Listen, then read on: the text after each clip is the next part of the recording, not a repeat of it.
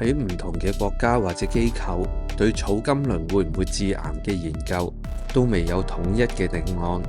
而世衛旗下嘅癌症研究機構就將草甘膦列為強烈懷疑嘅人類致癌物，而有使用草甘膦嘅農場工人嘅血液、尿液樣本之中都發現到含有草甘膦，而喺動物實驗之中接觸草甘膦都會增加患癌症嘅風險。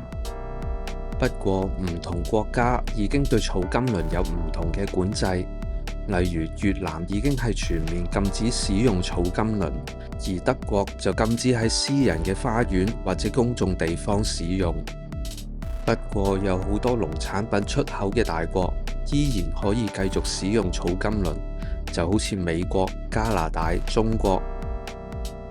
而唔同嘅機構都發現喺一啲食品或者農產品之中都有唔同程度嘅草甘膦殘留，包括燕麥、啤酒、麵包，甚至喺日本嘅化驗之中有某啲零食都有殘留嘅草甘膦。而香港嘅食物安全中心都用咗國際癌症研究所嘅資料，說明草甘膦係可能令人類患癌。而香港亦都有對食品中嘅草甘膦殘留作出規管，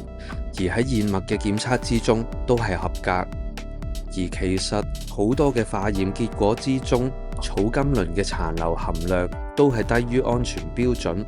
可以被視為安全食用。不過所謂嘅安全標準，每個機構嘅定義都唔同，點先叫安全就真係因人而異。喺好多嘅研究之中都發現，喺小麥、大麥、燕麥類嘅產品之中，都係發現到比較多嘅草甘膦殘留。而因為農作物要抵抗到草甘膦嘅藥性嘅話，就需要經過基因改造，所以有經過基因改造嘅農產品上面，草甘膦嘅殘留亦都係會比較多。所以如果想喺食品上避免接觸到草甘膦嘅話，或者選擇冇經過基因改造嘅農產品，都可以減少接觸到草甘膦嘅機會。